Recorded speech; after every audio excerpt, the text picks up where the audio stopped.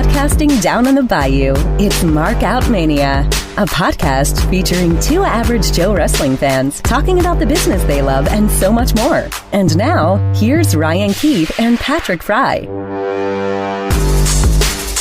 And welcome to episode 18 of Mark Out Mania. Big show planned today. Not only our normal stuff, but we got an interview with Rhett the Thrhett Thibodeaux. Patrick, what's up, man? Oh, not too much, man. Just another day in the life as WrestleMania season kind of rolling right along here, starting to kind of take some shape. The rundown for today, we're going to talk about the big promo from Roman Reigns that really everybody's talking about. Big dog. Also, Big Show, I think, is officially retiring from in-ring competition. We'll talk about that. Also, the Ronda Rousey storyline. We'll talk a little preview of Fastlane. That's starting to take shape as well. We got the rumor mill. I want to talk about who's John Cena's opponent going to be for WrestleMania, because right now I don't think anybody knows. What else? Do you have something in rumor mill you want to talk about? Yeah, filmmaker has some big bombshell news about Roman Reigns and PEDs. We'll talk a little bit about Ronda Rousey's husband and a few more things. And then also Cheap Heat. I want to talk about a recent interview that Alex Greenfield, a former head writer of WWE, basically talking about how Kevin Dunn is a detriment to the WWE product. And what, you got something else in Cheap Heat as well? Yeah, Sami Callihan. You got what's coming to you, buddy. So Ryan will cut a promo on Sami Callihan. Get your popcorn ready for that. And then, of course, following all of that, we will have the interview with Rhett the Thrhett. You definitely want to stick around and tune in for that.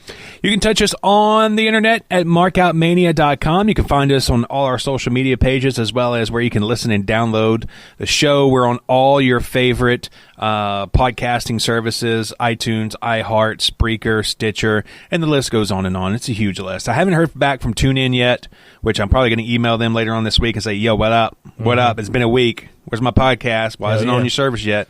But yeah, really cool stuff going on there, as well as people listening live right now on our Discord server, live and uncut for as low as $1 a month. So not only are you supporting the show and allowing us to do what we love and to get better equipment and grow the show, but you're also being able to listen live and uncut. The shenanigans behind the scenes last week was absolutely epic with all the guys in here. We had some stuff where we actually stopped the recording and we got on this tangent that was it was crazy.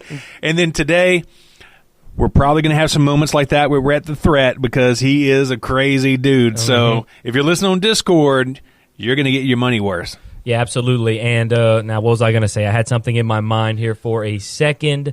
Also, this week, for the first time ever, we're actually doing a raw, uncensored version of the show where you can hear basically what you're not, the stuff we do before, in between, if we mess up. Basically, everything raw and uncut. If you're a Patreon supporter, I think that one's for $9 a month. You'll get the that raw. That won't be on the $5 and up. Oh, $5 and up. You'll basically you'll see exactly how the show is produced. I mean, you won't see it, you'll hear how it's actually produced. Everything from the moment we step in here and crack open the mics, the show prep, whatever we do between now and when we close the mics for good for the day, you're going to get to hear everything. So $5 and up. Excuse me, on Patreon. You're choking on that bone. Well, my sinuses it's that time of the year where down here in Louisiana, it's warm during the day and it's cool at night, and that's the time of year where... And the pollen is all over my car. It's caked. Yeah, it's starting to get on my car too, and right now just, a little coughing, a little runny nose, and nothing severe. So, but yeah, a good show today, Mark Out Mania 18, March 4th, 2018. We're going to get it started now. We're going to talk about the big promo that everyone's talking about, and Roman Reigns, there was supposed to be... because they were advertising it, obviously, even before the Elimination Chamber match last Sunday. Whoever the winner was going to go face-to-face with Lesnar on a Monday night. And we were, of course, after the match was over, Roman Reigns did win. And, we were expecting, WWE was advertising Roman Reigns, Brock Lesnar, face-to-face. And Roman Reigns came out, and, he starts talking a little bit. And then next thing you know, he's like, they're not going to like this in the back, but... I'm going to go ahead and say it. Brock Lesnar's not here tonight. And all of a sudden, you know, you're like, whoa, like, you know, and some people were speculating, well, maybe he's not there right now. He'll come out later. Because it was fairly early in the show that he came out and cut this promo. So we're thinking, okay, he's going to show up later. This is all a work. But for some reason, Brock legitimately did not show up. Some rumors are saying that WWE has used all of his dates in his contract, and I don't know. And then Roman Reigns continues to cut what felt like a shoot promo on Brock, saying you are an entitled piece of you-know-what, that you're only going to show up when the money's right, when the city's right. You know, me and the boys, we bust our butts running up and down the road all year long, you know, and this and that. And look, it was the best promo that Roman Reigns has ever cut by far. If you have not seen it, you need to go watch it because, you know, we talked about, obviously, this was the main event at WrestleMania 31 a few years ago, and the build-up to that match was absolutely just garbage. And I'm already way more invested in this match than I was last time because, in my opinion, last time, you know, that was about the time where the Shield hadn't even been broken up for a year. Roman was starting to get, you know, hadn't quite gotten that singles push yet. That was the biggest singles push Roman Reigns had gotten up until that point in his career. So, in my opinion, last time they were trying to be a little more conservative with Roman Reigns when, in actuality, this is the angle you should have gone with 3 years ago because 3 years ago, leading up to WrestleMania 31, that's Brock's contract was done right then and there at WrestleMania 31, and there was thoughts that he was going to go back to mixed martial arts in the UFC, and he ended up, of course, re-signing for another 3 years. And you could have done that angle back then, but that angle y'all did 3 years ago was absolutely terrible. And now you have Roman coming out, cutting this promo, which I don't think Lesnar's scheduled to be on Raw tomorrow night. I think he's scheduled to be there, I think, in Detroit a week from tomorrow. So it's going to be interesting to see what happens when they come back. But I hope they can continue to build on this angle and this feud going up to WrestleMania because, I mean, we all know who's going to win this match. Yeah. Unless something crazy happens where Lesnar re-signs with WWE and, you know, he retains. I hope that's not the case because, honestly, I think everybody wants to see the Universal title. Even if it's on Roman's shoulder, they want to see the Universal title on someone who's going to be there week in and week out and who could possibly just defend it on any given Monday night. Yeah, I saw on Wrestling News Source that, Creative actually called Brock when he was on his way, and they said, hey, we're going a different way. Sorry. But you don't need to come tonight. Oh, wow. And a lot of fans are pooping on the fact that they think it's a recycled angle from the Cena Rock angle from a few years ago. I think it's a little bit different because there was... It's the everyday guy against the part-timer. Yeah, and the thing with The Rock, obviously, he went to Hollywood. Yeah. And he wasn't in WWE for, 5, 6, 7 years. And then he finally shows back up. Whereas Lesnar's been around, obviously, for the past 6 years, obviously on a part-time basis. Now, he has not gone off to do movies. He has not, he left to go to UFC, obviously, and came back. Mm-hmm. But the last 6 years, Lesnar has been there, more than The Rock has, that's for sure. And even though it's been on a part-time basis, that's what was agreed upon when Lesnar came back. You're going to be here on a part-time basis. You're not going to be full-time. So we all knew what it was going to be. Whereas when The Rock came back, I'm here and I'm never going to leave, which... we haven't seen The Rock now in, I think, probably. When was the last time The Rock was on WWE television? Probably. Been a while. Might have been in WrestleMania. I mean, I think he's been on since WrestleMania 31 when he had the segment with Ronda and Triple H and all that. But, I think The Rock and the Brock Lesnar thing, two different things, because Lesnar has been here for the past 6 years part-time. Now I think if he leaves and goes to UFC, we may never see Brock in a WWE ring again. Yeah. I mean, that's just my thought. I think this is it for Brock Lesnar. He's going to go back to UFC, probably make a good chunk of money, and then he may be able to retire. He may come back, maybe a one-off thing somewhere in the future for a future WrestleMania, but in my opinion, I don't think that should be the case. Fight Goldberg in a wheelchair. Exactly, and I think Lesnar has done all he can do in WWE. I mean, obviously, he broke the streak. He's won multiple championships since coming back. He's won the Universal title. He's the WWE champion. He had a hell of a run this time around than he did in his first run.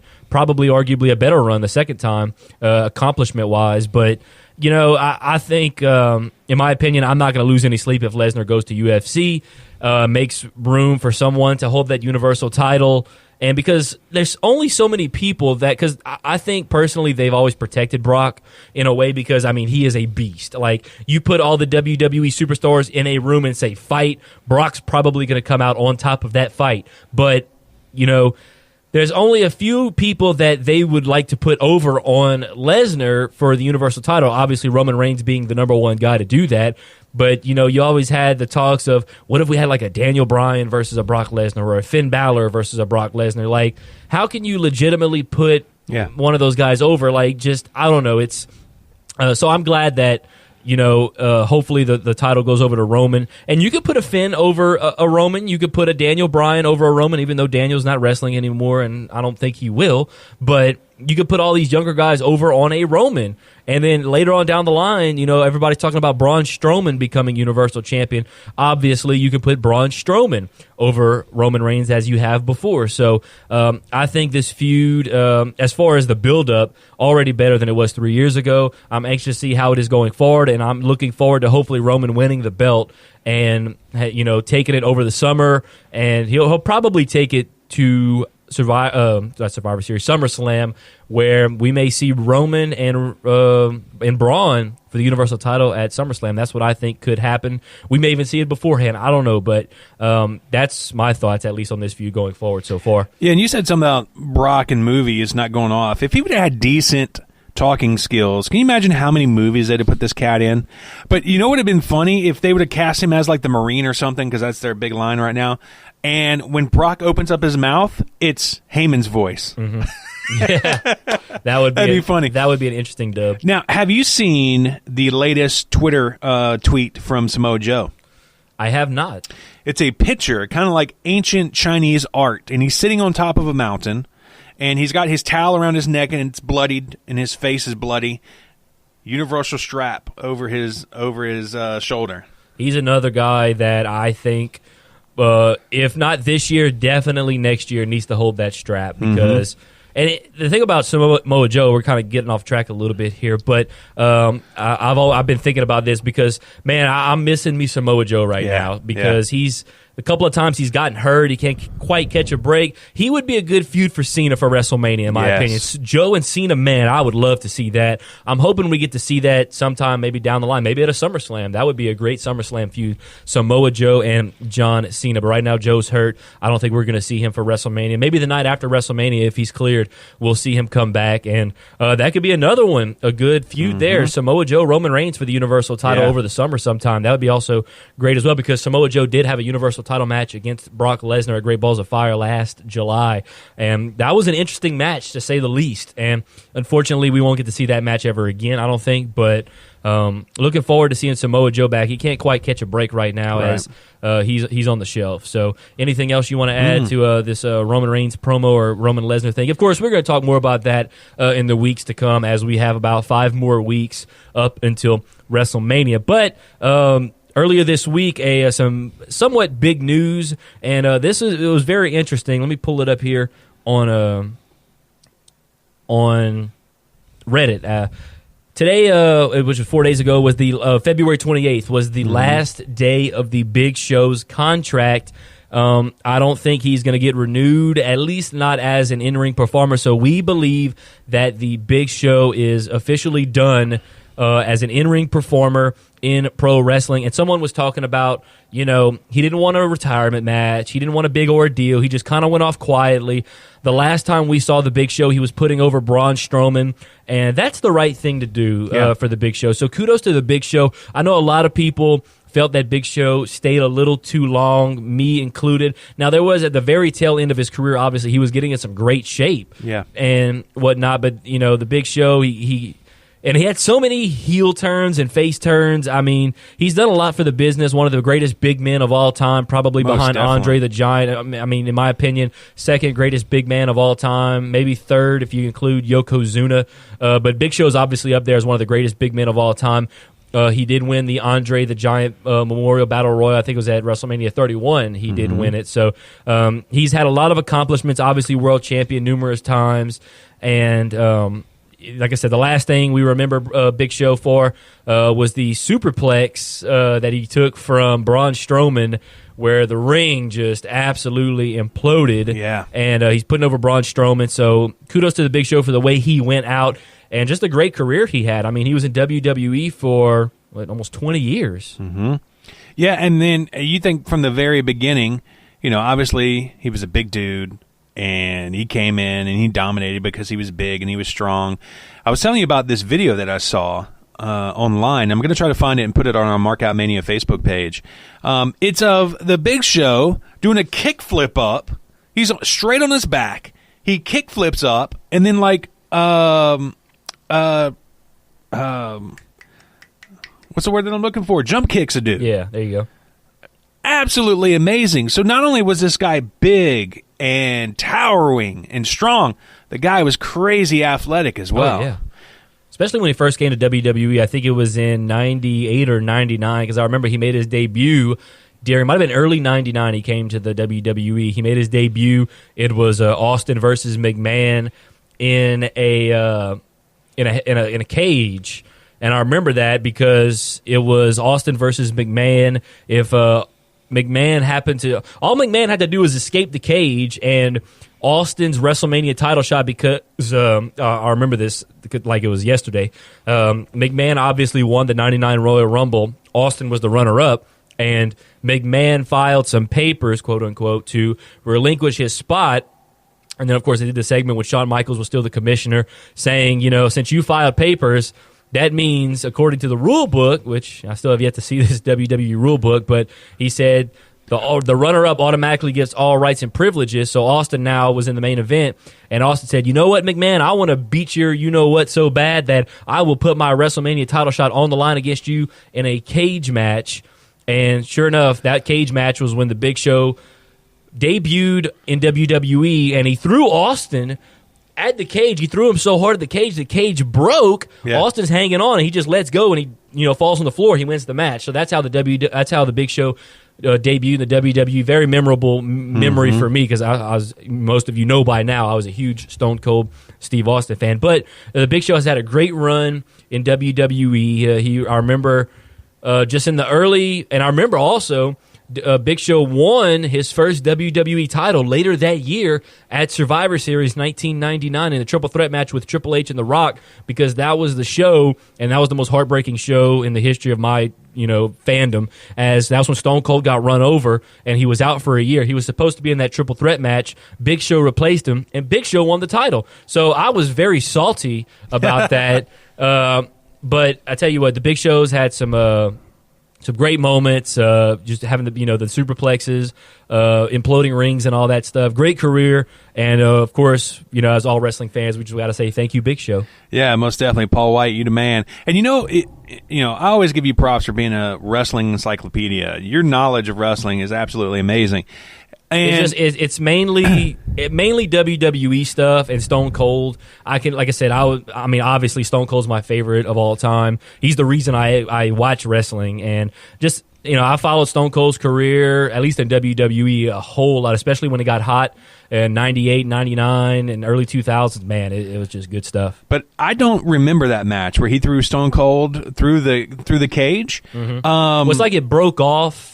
He threw it because I guess they were trying to show how strong this big man was, because he was 7 foot 500 pounds at the time. Threw Austin, and like I said, the cage broke. Like it just the way it is, and I'm kind of doing a visual right now. Like it was back when they had them. It wasn't like a steel cage. It was those like the square cage or whatever you want to call it, and. He hung on, and it's kind of like the corner just broke off, and he's hanging on, and he just lets go and falls, and boom, he wins the match. So, but it was the introduction to the Big Show, and he came through the ring. So, like I said, because they were locked in the cage, and Big Show was hiding under the ring. He came through the ring. I think it was at No Way Out 1999, if I'm not mistaken. So, if you ever get a chance, go look up No Way Out 1999. I think that's what it was. It was it was the pay-per-view before WrestleMania back in 1999, which I think was, like I said, I think it was No Way Out, or it might have been maybe a Valentine's Day Massacre or something like that, because it was in February or 99. So definitely remember that, man. Just that whole year, just as a Stone Cold fan, up until Survivor Series of that year, was just absolutely amazing. And the reason I bring that up is because 2 weeks ago during show prep, my son was talking about that match. Mm-hmm. He's 10 years old.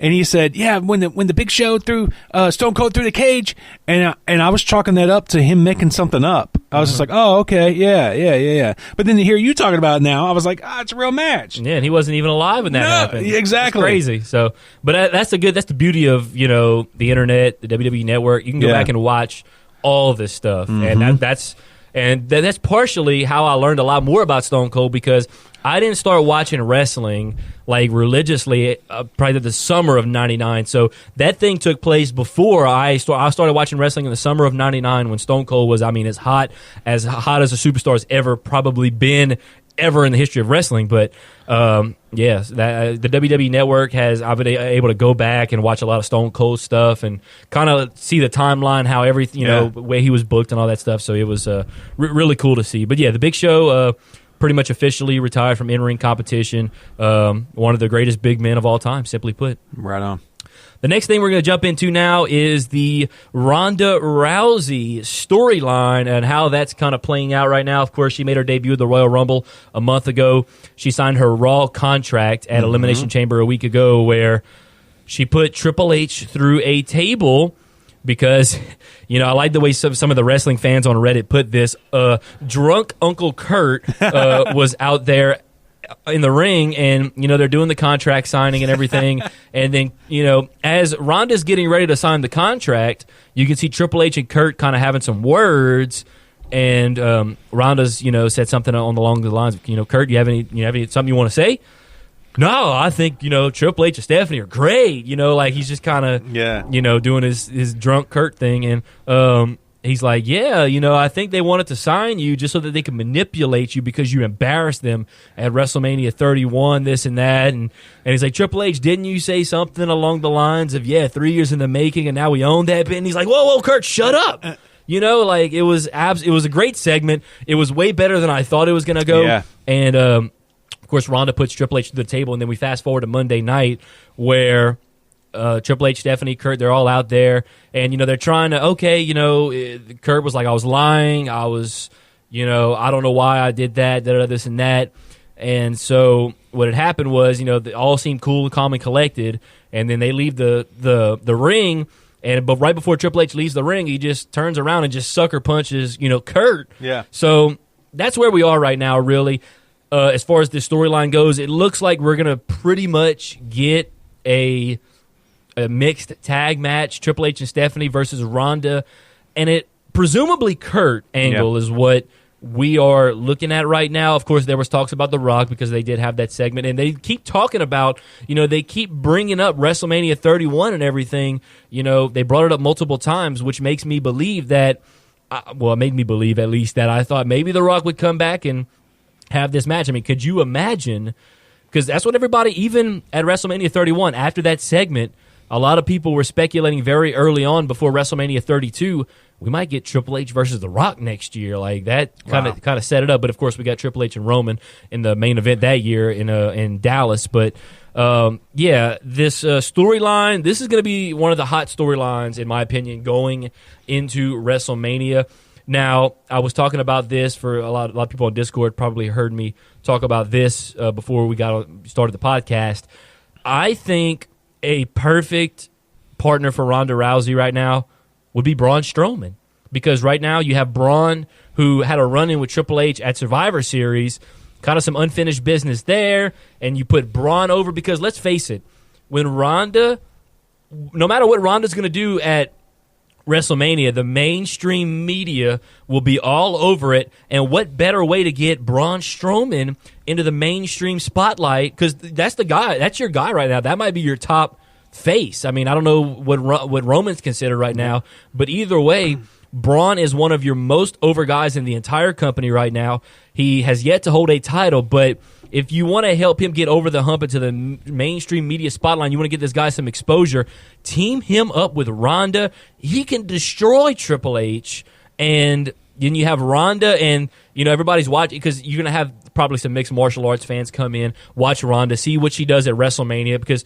it's WrestleMania. Everyone and their mama is going to be watching, and they're going to be paying close attention to what Ronda Rousey is doing. And then right next to Ronda, you're going to see this big 385-pound monster, Braun Strowman, and you're going to see what he can do in the ring.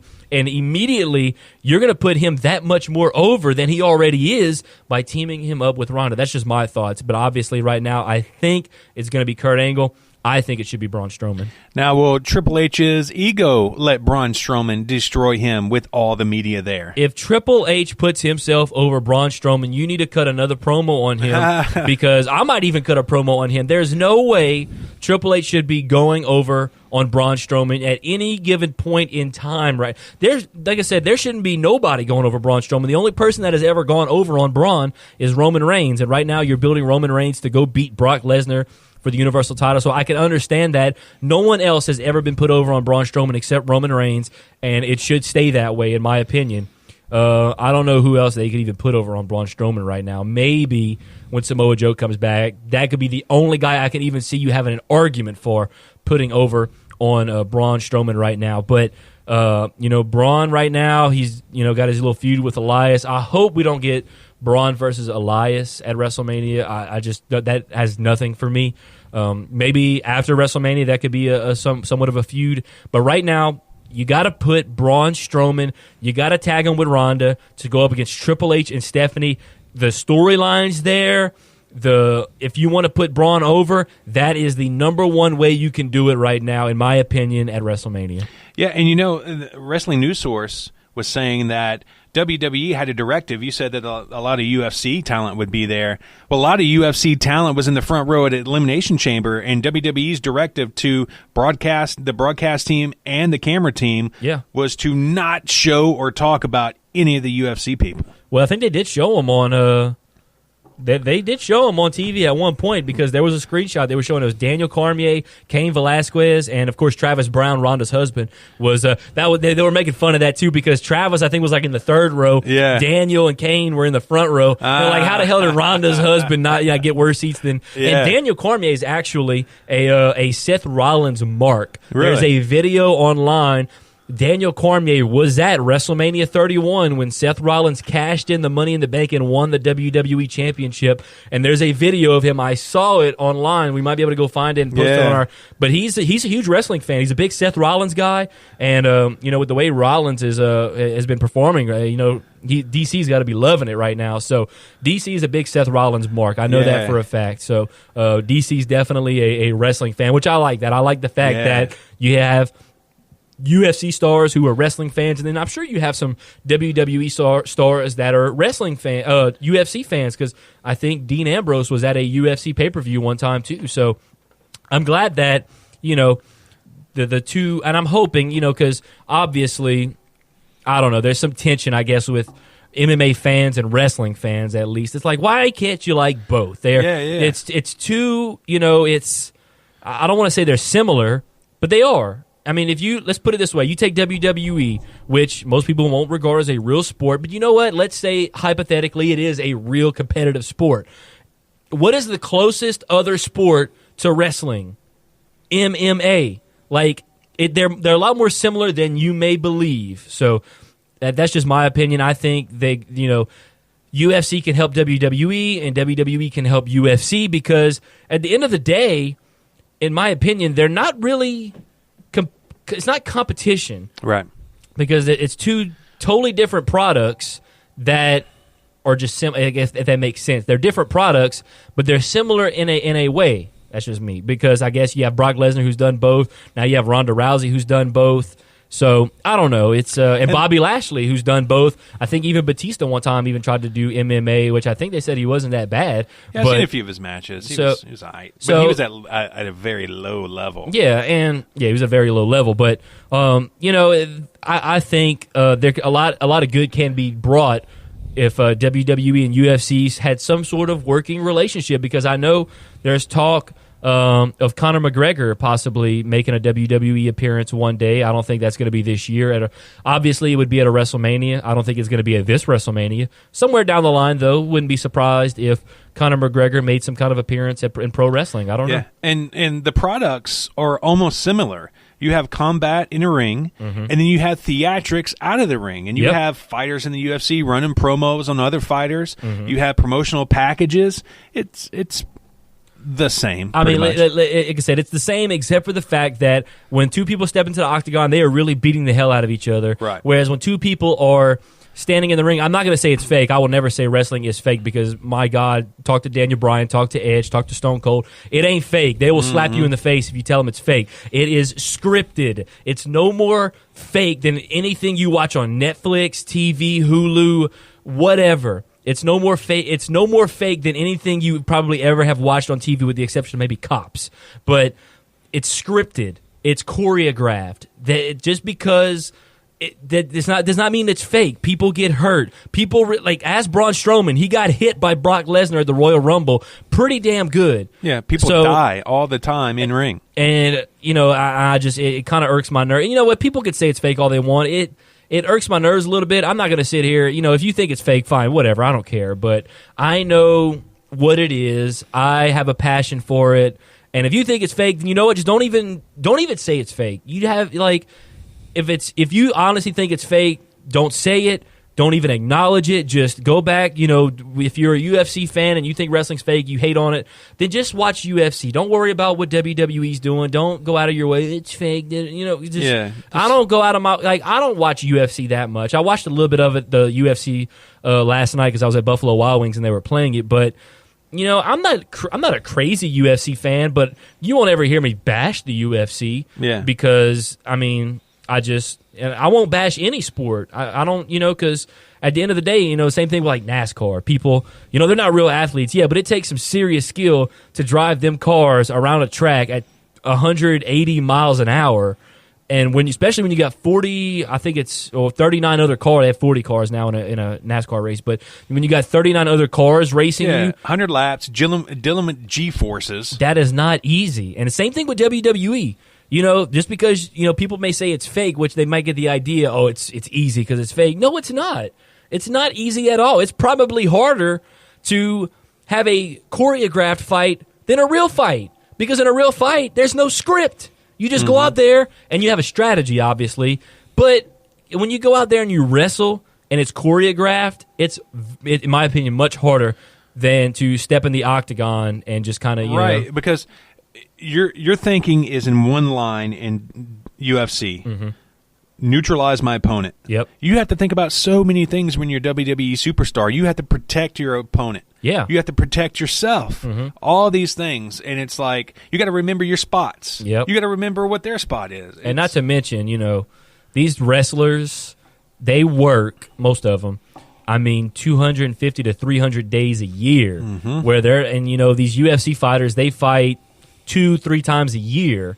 So being a wrestler is just as hard, if not more difficult, than being a UFC fighter. So for all those folks out there who are saying wrestling is fake, shut the F up. Yeah, sit on your finger and rotate. Yeah, exactly, because you don't hear wrestling fans. I'm sure some wrestling fans bash UFC, but I'm not one of those. I actually enjoy UFC. Sometimes I'll enjoy watching two people step into the octagon for 3 5-minute rounds and just beat the hell out of each other. Like last night, the fight I saw was Kat Zingano, and she fought some Brazilian girl. She won by, the Brazilian girl was undefeated. She won by split decision. Very good match. I enjoyed it very much. So I'm not going to sit here and bash the UFC, but I can't stand it with other fans of like the UFC or even other sports. Why do grown men watch this? Why is it's fake? This and that. Like, just shut up, mind your business. Nobody's questioning what the hell you do or what you watch or what you're a fan of. So just shut up is basically what I got to say. That's kind of the little promo I got to run there on like other people who say wrestling is fake, because I'm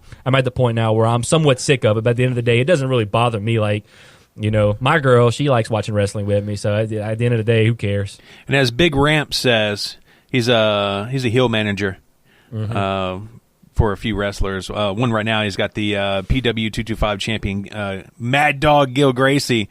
But he's like, and if you're not down with that, I got 3 words for you. Shut your face. There you go. All right, so before we move off the Ronda Rousey thing, go ahead.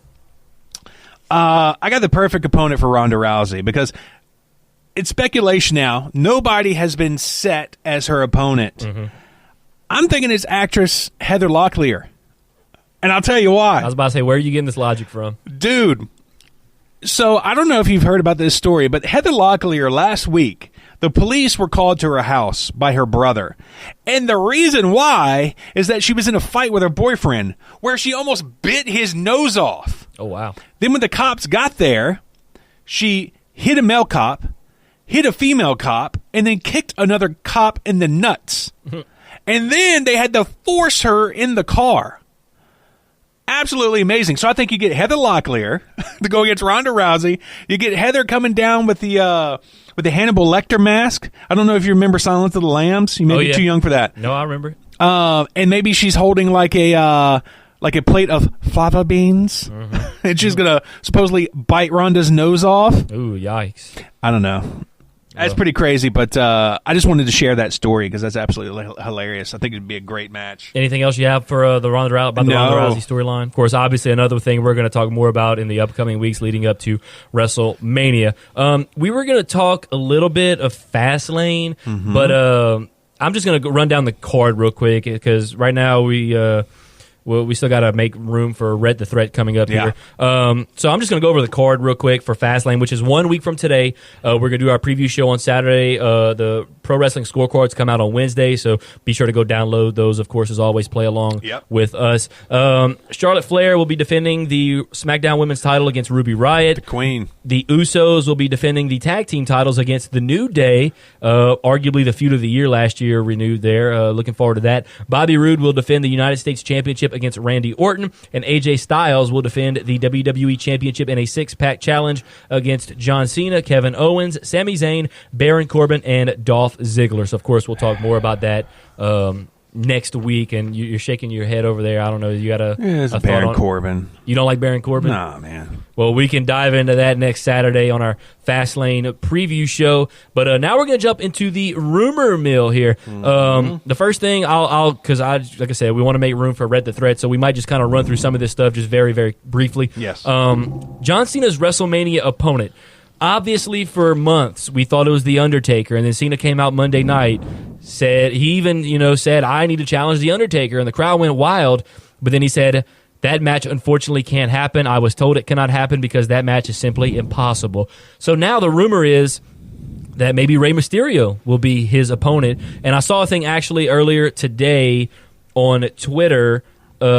I'm going to see if I can pull it up here real quick. He tore his bicep? Yes, he tore his bicep. And if he tore his bicep, that right there would put Rey Mysterio... Oh, look, here we go right here. Mysterio possibly missing Mania, suffers torn bicep. So now... Is that a biceps with an S? No, just I don't know. Biceps, it says right here.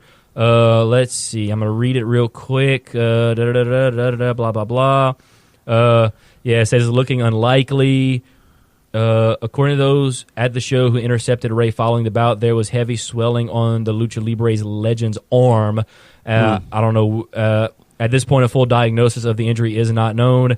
Comeback time is anything between 3 weeks to 6 months, depending on the extent of the tear. Dang. So, I don't know. And, a lot of people are not too high on the fact that Rey Mysterio could be John Cena's opponent.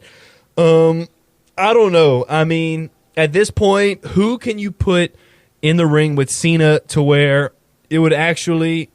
You know what? I wouldn't be surprised if they did this, which I would be...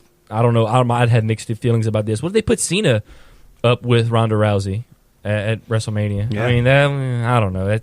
That has mixed feelings for me, but I don't know. We thought it was going to be The Undertaker because at first I was like, nah, he's just... This is what I thought was going to happen. John Cena was going to go out there, and he was going to say, I'm going to challenge The Undertaker, but that match can't happen, so I'm going to go to SmackDown. And my thought was that Undertaker was going to show up at Fastlane and cost Cena the match, and therefore, boom, we got our match. So, but what it's looking like is that The Undertaker, he could be done for real. And Rey Mysterio, I think, is the backup plan, which right now, I think you need to go to Plan C. So right now, we don't know who Cena's opponent is going to be. Maybe they're trying to reach back out to the Undertaker now. It's like, hey, look, like we weren't gonna, we were gonna do Ray versus Cena, but now Ray's got a torn bicep, and apparently the Undertaker's been training. So maybe take that for what it's worth. I don't know. I about a few days ago, my gut was telling me, it's like, I think we're going to see Cena versus The Undertaker, but then all this talk about Cena versus Ray came out, and now Ray's hurt, so I don't know. It's all up in the air right now. So John Cena's WrestleMania opponent still yet to be determined, and obviously we're going to continue to follow that as the weeks progress. But that's what I got. That's the only thing I got in the rumor mill. Yeah, we had an emoji poll on our Facebook page, Markout Mania, and the whole Markout Nation. It was between Cena and Mysterio and Cena and Undertaker. It was 100%. Everybody wanted Cena Undertaker. Absolutely. Now SI is reporting that Samoa Joe is one of the guys Cena requested to have a match with at WrestleMania 34. I just don't know the extent of his injury right now. So, I mean, it would be nice because you know what? In my opinion, if Joe is not healthy, maybe let's say the day of WrestleMania he gets cleared, Cena could come out at WrestleMania. I'm issuing an open challenge to anybody right now. If I lose, I will. Like he could. That's the thing about Cena. Like at this point in his career, what kind of stipulation could you put on Cena in a match that would make fans like, oh, wow, this could be interesting? If I'm Cena, or if I'm booking or creative, whatever, I'm telling Cena, all right, you know what we're going to do? If Joe is healthy, I'm having Cena come out. I'm saying I'm issuing an open challenge to anybody right now. If I lose this match, I will quit WWE. And Joe comes out. Yeah. Can you? Because Joe's already, an established superstar in WWE now. Right. You don't have to have a build up for that. No. That the Superdome is going to go absolutely crazy if Joe comes out and we're going to get Joe and Cena in that ring, and Cena's career is on the line. You got to be kidding me. Yeah. If that is what I would do if Joe is healthy. That would be epic. That would be epic. But, yeah, that's what I got in the rumor mill. All right, so I got a few quick ones. So WrestlingNewsSource.com is reporting Ronda Rousey is not expected to work house shows anytime soon, and even when she does, it will be infrequent. And according to The Observer, Ronda Rousey's husband, Travis Brown, is also trained at the Performance Center, but it's unclear if there's any plans to have him wrestle for WWE at any point. Now, the big one I got is that there is a filmmaker, John Bravo, and he's saying that he's got this film coming out with former Iron Addicts gym owner Richard Rodriguez regarding his clients in the steroid distribution ring. So apparently he's interviewing this guy. Those clients, obviously, Roman Reigns. Some of the other names that are coming out, Mark Wahlberg and Josh Duhamel. Maybe that's how Duhamel took that ROH table spot and lived to tell about it. But he's releasing this information in order to get a better plea deal. And so he says the film is coming out shortly, and he says Roman will go into hiding after all this is out because he says that the stuff is that damaging. And it says, in fact, just yesterday, Dave Meltzer of the Wrestling Observer newsletter noted that Braun Strowman was pulled from the WrestleMania 34 singles match with The Miz. In the event, he has to replace Reigns against Brock Lesnar. Wow. That would be a very, very interesting and shocking revelation if that were to happen. So for Roman's sake, I hope nothing. God, man, that would just be absolutely detrimental to Roman Reigns, especially after that great promo he cut. Because I feel like after that promo he cut, if he can build off that little momentum he's getting, man, that would just be such a buzzkill for Roman Reigns if he gets busted with the steroid scandal thing there. And it'd just be terrible. And then it'd also be terrible long term for the Shield, obviously. Yeah. So I don't know. Hopefully nothing comes out of it, in my opinion. I know a lot of fans probably want to see Roman go down and would rather see Braun Strowman in the main event. Look, I'm going to tell you what, the last couple of times Braun and Lesnar were in the ring together, it was not that great. I'm just saying. It wasn't that great, and I do not want to see Braun and Brock finish off WrestleMania. That's just my opinion. Unless Braun squashes them. That's the only way I'd want to see it, which they're not going to do that, I don't think. Which they could. They had Goldberg do it at Survivor Series a couple of years ago. So I don't know. I'd rather just see Roman. I think Roman and Brock could put on a solid match. Roman wins, and then, but I don't know. I don't know what's going to happen. I guess that's something we're going to have to follow for the next few weeks. Right, exactly. All right, so that's all you have in the rumor mill. All right, let's go now to Cheap Heat. I'm going to go over this real quick. This is an interview that former WWE head writer Alex Greenfield, let's see if I can pull it up here. Here we go. Alex Greenfield talked about the controversial Kevin Dunn and how he's a detriment to the WWE product. Basically, what he was saying is when Alex Greenfield was there, he was kind of on Stephanie's back pocket. Greenfield was, at least, and basically Stephanie wanted him to be the head writer, and every time Dunn kind of seen him as a threat, he tried to bury him because he's, Dunn is Vince's guy. So Kevin Dunn basically just trying to bury people, at any chance he gets. If he sees somebody as a threat to his position or whatever, and he doesn't like it, or if he doesn't like an idea. There was something that I think Greenfield was talking about back in the mid 2000s. He wanted to do something with it was Trish and Mickie James, and Dunn was trying to bury it every single chance he got and stuff. And he's the kind of person that he'll try to. Somebody comes and pitches an idea, and as soon as they walk out the room, Dunn's trying to talk to Vince. He's trying to bury it, we're not doing that. We can't do that for whatever reason. So it's a very long thing. It's on Reddit. Go check it out on Reddit. It's a very long interview. I'm not going to dive too much into it, but basically Alex Greenfield had an interview. He was coming out and saying how Kevin Dunn really is a detriment to the product. Also, it was a funny thing on Reddit I saw. It was the AJ Styles debut, which a lot of you Discord server people probably heard me playing it before we started the podcast, but it was a bunch of camera shaking, camera angles going back and forth, and the way he does production now, it's the same as it always was. And some people are starting to kind of get furious with it, because I think also the Ronda Rousey, when she debuted, the camera work was not that great in my opinion either. So you get all these big moments that are happening, and the camera work sometimes is just not that great. And I kind of agree with Greenfield. It sounds like Dunn's just kind of a butt, I guess, in this case. Yeah, Cornette said, he's trying to win an Oscar out there. Mm-hmm. And Cornette's like, you dumb MFer, this is wrestling. You never win an Oscar. Exactly. But that's kind of what I got and Cheap Heat. But if you listen to any of Cornette shoots, I think that's right on. He just seems aloof. He doesn't really know much about wrestling. He just knows about directing a little bit, I guess, and being behind the scenes type stuff. That's what he said. He's talking about. That's another thing Greenfield kind of talked about. Kind of emphasized on, talking about how Dunn really is not that great of a director. He's a good producer, not that great at directing. I think that's what he was kind of trying to do as well, not that good at directing. So, Lord have mercy. You got something cheap? Yeah, I got one thing right here.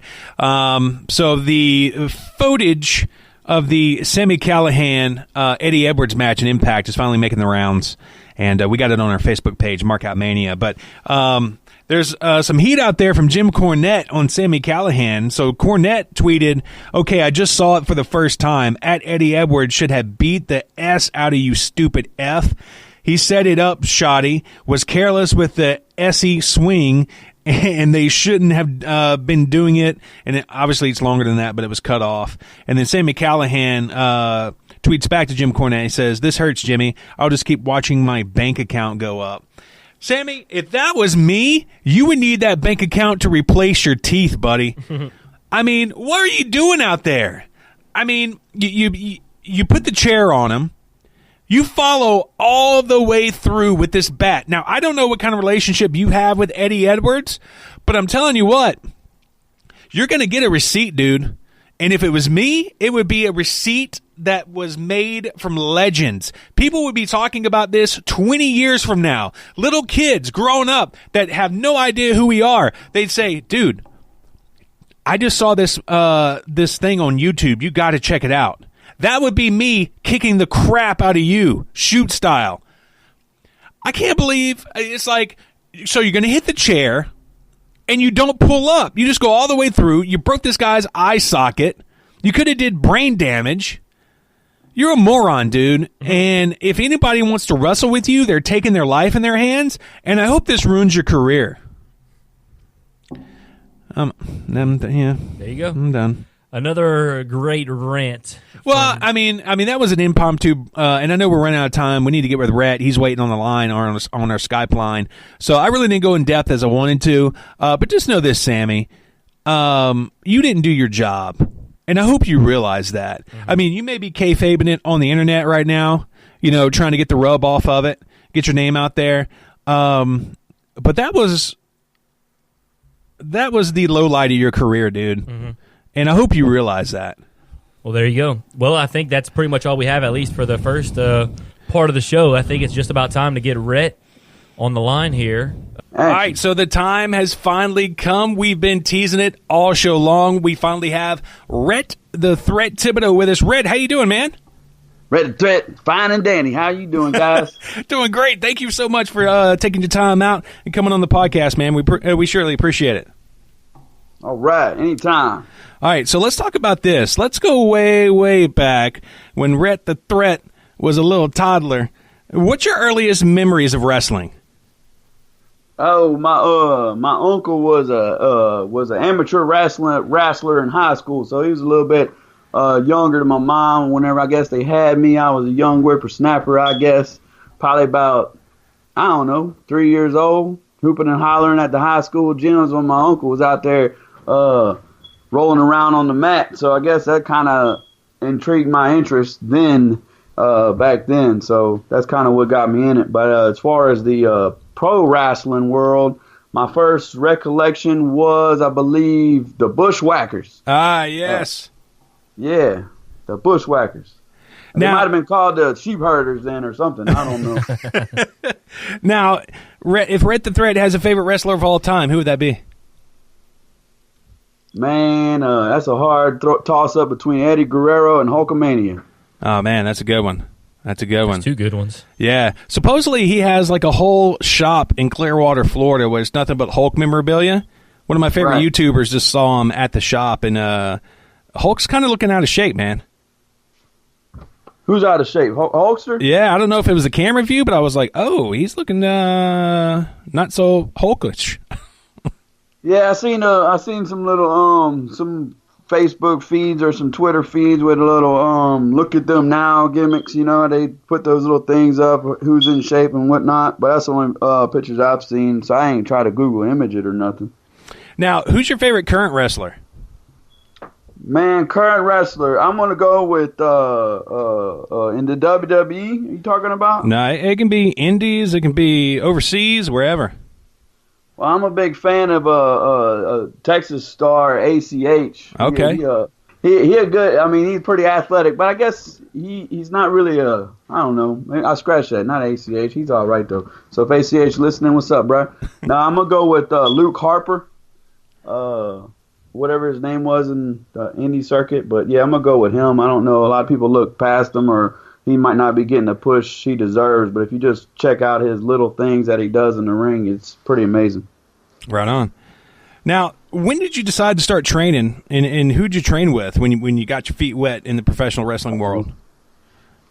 Well, I started training in my backyard. Yes. With jumping off the trampoline and playing N64. My first trainer would have been, I think, create a character on WrestleMania 2000. I still have that one for the 64. That was some good times. Yes. But then I rolled and then I tried to get serious.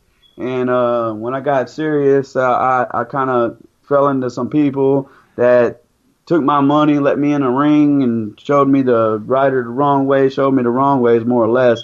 But then I bumped into Jazz and Rodney Mack. So nice. I put all my credit, or whatever, all my stardom, thanks to them. They kind of took me under their wing, slapped me around, got me in shape, told me what I needed to do, what I didn't need to do. When I first started, I used to just fly all over the place, jump off the ropes, and no rhyme or no reason, just to see how many ooh-ah moves I could do. But then they kind of slowed me down, slowed my pace down, and made me kind of grasp the concept of what professional wrestling really was, Right, and they did a great job because your style is extremely well-rounded.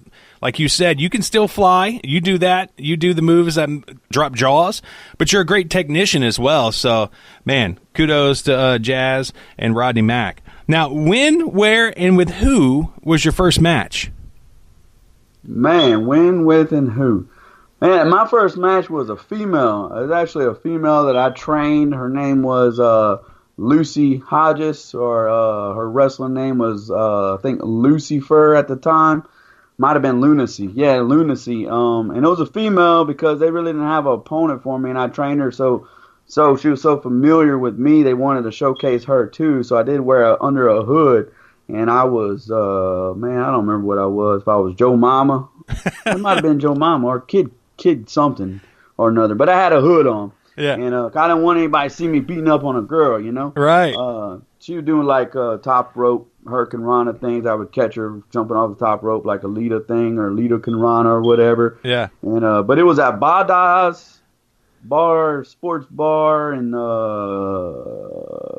Crotch Springs, Louisiana, and that must have been some time 15. Damn, I'm old. Made me think about being old. 15 years ago, man. Wow, Crotch Springs, the hometown of the Southern gentleman Teddy Naw. Yeah, man. Who's that? There you go, Teddy. No, take that one, sucker. Now, how'd you come up with the Rhett the Thrhett gimmick? Because would you describe Rhett the Thrhett as like a tweener? Yeah, man. You know, every time people ask me who Rhett the Thrhett is, or even before that when I was retro, any of the names, however they became, I didn't even know, my brother. I was just me. I was just me, and I just go out there and act a fool. I gained the name Retro. Actually, I think Jazz or somebody at the Ultimate Gym gave me that name Retro when I first started, and it just stuck because I didn't really have a gimmick or a character. I just went out there and acted a fool. Yeah. But later, Retro was more of a face character, and I was like, okay, well, I was out there doing the high pops and the kissing the baby, smiling, all that good stuff. Karen Crow. And then I said, okay, well, I'm tired of this face. I'm going to try this heel gimmick. So when I went with the heel, that's when Rhett the Thrhett came out. And I said, yeah, Rhett's going to be a threat now, sucker. Yeah, but people have really embraced the Rhett the Thrhett character. I mean, like, you know, when you come out, there's like cheers. Yeah, you're absolutely right because, you know, it happens, I don't know, it happens organically sometimes because I would say he was a tweener. Now, I do have my heel tendencies in the ring, but when I feel the crowd and I feel the match going or whatever, edit that out. I don't know if it's live or not, but if I feel the match going downhill, I have to take that extra initiative and give some of them ooh-ah pops, you know, that I still hold down deep in my back pocket in case I start losing the crowd. If I feel that the face isn't getting over, so to speak, as it needs to, yeah, I'll pull out some of my go-to items that I like to play out there. Now, speaking of heel tactics, you were just announced as one of the new members of the Cajun Outlaws. How did that come about? And is there some heat between you and Michael White? I saw on Facebook you said he left you out to dry. Yeah, I give Michael White all the credit. See, they reached out to me. They wanted Rhett the Thrhett to join the Cajun Outlaws. So then now I don't know if they wanted the Rhett the Thrhett rub or whatever, or try to put the workload on me. I see two green guys, Michael White and Shane, Killer Shane, but they also had Pretty Tony. Now, judging from a business perspective, I said, hold on, give me 1 second. I said, from a business perspective, Pretty Tony, he's been around for quite some time. Pretty Tony can probably get me in places where I could probably need to go or need to be. So I chose to align myself with them. Plus, some two young whippersnappers probably need I guess I call myself a vet. I don't know. So I'm saying a lot of uhs here because I was multitasking, trying to collect some loot and pass some loot out. But anyway, Pretty Tony is my manager, and I figure he can get me in places where I need to be, you know? Exactly. And so right now you're co-promoting with Wild Thing over in the Greater Baton Rouge area, Professional Wrestling 225, right? Correct. Well, I stepped back a little bit. I don't so much co-promote in the Plaquemine area as hardcore as I do when we run like Denham Springs or somewhere like that. So I don't want to take all the credit away from him when he promotes Plaquemine because he lives in Plaquemine, and geographically speaking, it's not cost effective for me to go to Plaquemine to co-promote, but I do, push the Facebooks and spread the words and talk to sponsors. So I do try to pull in and do as much work as I can toward that promotion. I'll tell you what, in 2017, you were in a 5 or 6 man ladder match in Pro 225? Yeah, I want to say 5-man ladder match. I tell you what, dude, I was marking out so hard in that match. You guys put on a killer match.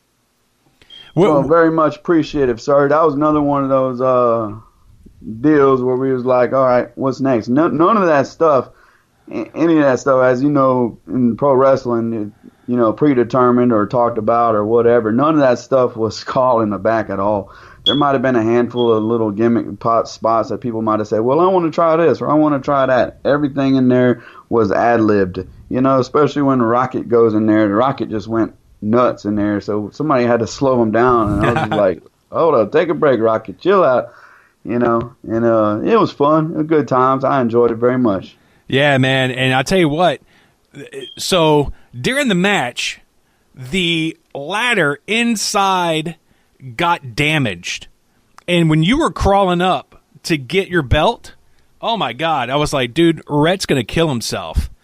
And then did you see that when Clayton was going up and I was on this rickety ladder, boy? I felt like it was about to come out from underneath this, and I just went with it. Yeah, and then there was like a 12-foot ladder on the outside of the ring, and Wild Thing climbed all the way on top of it, and then tried to drop kick a dude. I can't remember who it was. It was either you or Rocket, and he got his foot hung on the rope that was holding the belt. I was like, somebody's gonna die in this match. Yeah, that was epic right there. You guys put it all out. I saw him coming up the top, and I said, well, what do I do here? And then if he would have got that belt then, or if that belt would have popped out, then I guess he'd be the Southern Heavyweight Champion, wouldn't he? But it's around your way, son. That's right. You got that right, sucker.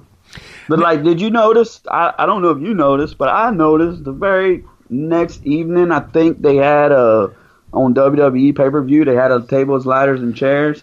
And if you watch that match closely, it seems like they must have been watching our match because everything we did, they did. I was like, wow. Yeah, it's funny. It's funny that you said that. I do remember that that Facebook comment from, I think, Rocket had said that as well. And yeah, that was pretty crazy. Right. But let's see, what events do you have coming up? Well, we got Oakdale again. I think you might be there. Man, that's going to be my anniversary weekend, so I got to bow out on that one. Oh, dang the luck. Well, you can send Travis over here, your co-host partner. He could handle it, right? Patrick, there you go. Yeah, heck yeah. I'm gonna have to go check that out. What's the date? Yeah, for so that? that's March 16th. That's my birthday, actually. That'll be over there with the Rocket. Then we got March 17th. That'd be the St. Patrick's Day Brawl for Pro Wrestling 225 in Plaquemine. That'd probably be a pretty busting ass show. Right on. In the show in Oakdale, you guys got quite a few people coming from different promotions. You got Beautiful Bobby from APW. You got Teddy Nall coming from FTW. Yeah, that's your booker over there, Rocket. I don't know what the heck he's got going on. He got people coming from all parts of the globe. Yeah, that's all right. Now, Lacey, so you guys do a podcast as well. So you got your partner there with you as well. Tell our listeners a little bit about your podcast, what it's all about, and where they can find it. Well, I hope I can do this by myself because my co-host partner just ducked out on me. He got a kid crying over there somewhere, so he left the studio. So I'm over here by myself. But it is the Retro Outlaws podcast. Now, when we originally started out, I said, he said, I want to do a podcast, and he's not really so much of a wrestling fan. He's a occasional fan, not really a hardcore fan. So I was like, you know what? You're right, and I'm tired of all these wrestling podcasts. No offense to you, but a lot of wrestling podcasts are like they just saturating the market. So I was like, well, I want to do something different. So we're gonna do. He called himself the Outlaw, and I called myself Retro. So we did Retro Outlaws podcast, and what it was a life podcast at first. So we started out talking about life events, bills, everyday working stiffs, and raising kids and raising families. Well, we was like, well, nobody wants to hear that mess. So we started hunting, and we were hunting and fishing buddies. So we would just talk about hunting and fishing. So we started talking to them and talking to a couple of sponsors here and there for some outdoor equipment and Nature's Indulgence and a couple other sponsors that we got. And it was like, well, they seem to we want to target more of outdoors life, so we call it Outlaw Adventures, hashtagging it. So we got the Retro Outlaws podcast. We're on Podbean. We're on Google Play. We struggling out there, but we making it. We get a weekly podcast. And if you subscribe on the Podbean or get the Toast notifications, you'll get the updates every time we drop one. Right on. And speaking of podcast, last year you were on this Stone Cold Steve Austin podcast. How cool was that? Yeah, man, because I'm a superstar. Who wouldn't want Rhett the Thrhett on their podcast? You know what I'm saying? He called me. I didn't call Stone Cold now. He called me 3 times. You go back and listen to it. Yeah. He'll tell you that. See? And that was funny. You said you were chomping on a po' boy, and you were like, who the hell's calling me? If that ain't epic, I don't know what is, because I don't normally eat po' boys, and that just puts icing on the cake for me being from South Louisiana, and I'm stuffing my face with a oyster po' boy sandwich. So he called me on the phone. I said, who the hell is this? Well, it's Stone Cold. And I'm like, yeah, right, whatever. You know what I'm saying? I just thought it was somebody just playing a gig on me. Yeah. I really did. But if you listen to it, he didn't call me pre ahead of time and say, hey, Rhett, I'm going to call you for a podcast, blah, blah, blah. Be ready at this time or nothing like that. I mean, that was off the cuff. That was all shoot. That was a straight conversation. They might have edited some of the stuff out because it was a lengthy conversation. Of course, he's got to put his stuff in there. But for the most part, nothing was rehearsed or nothing. But see, I listened to Stone Cold's podcast. In fact, I didn't even really know what a podcast was until Stone Cold started dropping his, where they had he was on Colt Cabana's podcast. And I really didn't even listen to Colt Cabana's podcast because me, being an idiot that I am, I always thought a podcast, you had to have like a iPod, to have a podcast. Yeah. So I was like, I ain't got no dang iPod, you know what I'm saying? And then it was like, my buddy was like, listen to Stone Cold's podcast. And I'm like, all right, that's pretty good. So I've just been listening to him religiously probably for about 3 years. So it was like, I kind of knew the guy, because his podcast is like, I don't know, it's just him as a person, you know what I'm saying? So related to that, I emailed him a couple times, and we talked back and forth and stuff like through emails, of course, and we share the same interests, 4-wheel drive trucks, hunting, all that stuff. Rednecks. That was pretty cool. He was like, my playing guest flaked out on me, so I got this dude that emails me about Ford Broncos, so we're going to give him a call. Now, so set the stage. You're in this diner or deli.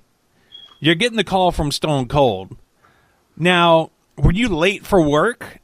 Or no, man. I kayfabed it on my phone because I didn't know who it was. It called me from an unknown number, so I'm stuffing my face. I'm like, I ain't answering this. But after the third ring, I'm like, man, this must be important, because if it's not important, I'm just gonna cuss him out. And it was him. And what I do is I'm a service technician for an alarm company. Yeah. Anybody out there need an alarm system for their home, hit up the Retro Outlaws podcast, or hit me up on the Facebook / some hashtag stuff and get your alarm system today. Just like I'm hooking up a mystery opponent's alarm system today as I speak. But nah, I was on the clock, eating my sandwich or whatever. I hopped in my truck, so I was talking on the cell phone to him, not like my fancy blue microphone in my Skype conversation. It was just a cell phone conversation. Now, what did your friends think about that? Are you wrestling buddies? Oh, I don't care what my wrestling buddies think. They were jealous. That's right. Yeah, I mean, they didn't mark out? A little bit. I posted it on the Facebooks and shared it a little bit, not to boast my own ego or nothing, but, I had to put myself over. Maybe I could try to get some sponsorship dollar bills out of it, Right. Now, I'm always thinking business, man. If you knew me on a personal level, you know that, and my mind would blow up. Now, before we let you go, let me ask you this. If you were to do it all over again, would you change anything? Yeah, I think I would. There was a time in my life, long time ago, when I acquired my 18 by 18 wrestling ring. And my 18 by 18 wrestling ring, I had gotten through the deal, but I think I might have made this guy named Roland Alexander out of California hit me up a long time ago. I was still living at my mama's house, and through email, and I told him I had a wrestling ring. He said if I traded him his wrestling ring, he would train me, and he had all make me a portfolio and give me this whole thing, blah blah blah blah blah, and this that and the other, and wrestling. I'll call it bullshit, whatever. But come to find out, Roland Alexander was a big person in the business, and a lot of guys came out of I don't remember what it was. You remember what it was? UWA or UWA in California. Mm-hmm. I think John Cena's come out of there. I think Christopher Daniels came out of there, which he ain't really never been nowhere. But your Samoa Joes came out of there. Your Frankie Kazarians came out of there. I think a lot of guys came out of Roland Alexander's camp, and I probably maybe would have went there. Yeah. Now, I don't know if that was the same video I saw. There was a video a while back that I think the 434 put on, but it showed like a class that had Frankie Kazarian, Samoa Joe, John Cena, and they were all going through like some trainings. And if that was the same guy, he looked like a really good trainer. Yeah, I think that was the pro wrestling training video I think they had, right? Yeah. Yeah. Wow. Well, Rhett, thank you so much. Once again, give some information out there how people can contact you, not only to check out your wrestling events, but also your podcast. One more time. That is Rhett the Thrhett / forward Facebook Outlaws and something. I don't really know all those forward slashes. I'm just throwing it out there. But hey, I want to throw this out there because, I like my superstar rubs here and there and everywhere. I got two-time women's champion Jazz, and I'm at Rodney Mack and Jazz's house. I'm at the Dog Pound right now, so this is where the studio is. As we speak, I am at my roots where I trained to be Panther quick and lightning tough. Eat razor blade biscuits. They taught me all that. Oh, and turkey necks. Those were so good, turkey necks. You're damn right. What up? This Jazz, the female fighter phenom. Just throwing a shout out. Have at it, Retro. Jazz, that is amazing. I'm pretty good at doing voices, huh? You are the Terry Fader of wrestling. No, Jazz is awesome. And a lot of my groundwork, my catch can work came from Jazz, not Rodney Mack. Rodney Mack was good now, but he was just too big. Really, I couldn't really, work with. But some of my best work on the mat came from that lady that you just heard right there. Well, I tell you what, it was so cool to see, not this last event, but the event before where Rodney Mack wrestled at Pro 225. Man, right. When he came out, Patrick, he had a belt that covered every single arm. Wow. And then he had like 2 or 3 on his waist. He must have had 12 belts. Sounds like Austin Aries right now. Absolutely amazing. Yes, sir. That's him. Rodney Mack, man. That's where I come He's from. in the legend. I'm 5 foot nothing, but I'm bulletproof. So what's up? There you go. We're ready. But once again, that is the Retro Outlaws podcast. Catch us up on the Podbean, on the Google Play. We got a Facebook page, Retro Outlaws Facebook page. We try to drop every week. We don't have a consistent day. I guess it's a little unprofessional of us, but that's how we are. I'm a mobile studio right here. Got my laptop computer here. I'm doing a camera job for Miss Jazz. I have a microphone over here, and I'm sitting here staring at the camera screen. We minus 1 camera, so after I get off of here with you, I'm gonna get back to the working world. So once again, big props to Rhett the Thrhett, and I can't believe we got Jazz on the line. That was absolutely epic. Yeah, that was really cool. We got Jazz, and my fingers were kind of crossed. Maybe we got a Rodney Mack sighting too, but I will take Jazz. That was really cool. She just kind of came out of nowhere. We didn't even realize Rhett was over there with Jazz. Apparently, they're doing some work over there today. They're shooting some stuff, some video or whatever. So, oh man, that was a very, I guess, an interesting interview there. That was really awesome. I was very jealous when he talked about how he went on Stone Cold's podcast. Mm-hmm. Like, if Stone Cold called my phone for whatever reason, which that'll never happen, but I wouldn't know. I would not know what to do. I mean, would you be able to talk? Barely, but because like I said, I've said it before, said it again. Stone Cold's my all-time favorite, wrestler, and man, that's really cool stuff. And then just everything, the whole interview was great. You did a great job. That's why you do the interviews and I don't, because you're way better at it than I am. Oh, thank you, sir. Man, that was a really great interview from Rhett. Rhett the Thrhett, man. Really, I'm hoping I can make some of his shows. I would love to see him in action, because I don't know if I've ever seen him in wrestle before. He's been in Full Throttle before. Yep, been in Full Throttle. Mostly the closest ones around here: Mid-South Championship Wrestling in Oakdale and Pro 225 and Plaquemine Denham Springs. Mm-hmm. So yeah, really good stuff there from Rhett and Ryan with the interview there. Absolutely great stuff. I know a lot of you out there that listened, you certainly enjoyed that, because I enjoyed just sitting here listening to y'all two go back and forth. That was really great. So. But with that being said, I think that's all we have here for the show today. Of course, big thanks to Rhett the Thrhett and Jazz for coming on the show, giving us a couple of drops too for the show. We have to implement those into the show somehow in the upcoming weeks. So this coming Saturday, which will be March the 10th, we will release the show sometime during the day, because we'll come in that morning, record the show. We'll see if Brink and Cruz want to come back in, because last time that was just really some great stuff that we had. Rekindle the magic. Yeah, rekindle the magic from last week. And of course, if you want to hear the absolutely complete uncensored version of the podcast, you can sign up for $5 or more a month on our Patreon account, and you can listen to the whole thing uncensored, uncut. It's really a great insight, I guess, to how we do the podcast. You won't be able to see anything, but you'll hear us every step of the way as we set up the podcast. We got Rhett the Thrhett in here, and everything in between. So with that being said, Ryan, take us home. That's right, man. You can go to our website, MarkOutMania.com. On the bottom of the page, you're going to see our Patreon link. Click it. You can start supporting us there. And, man, it's time for us to get out of here, Patrick. Outro. You've been listening to the Mark Out Mania podcast, a Lake Area Media, LLC production.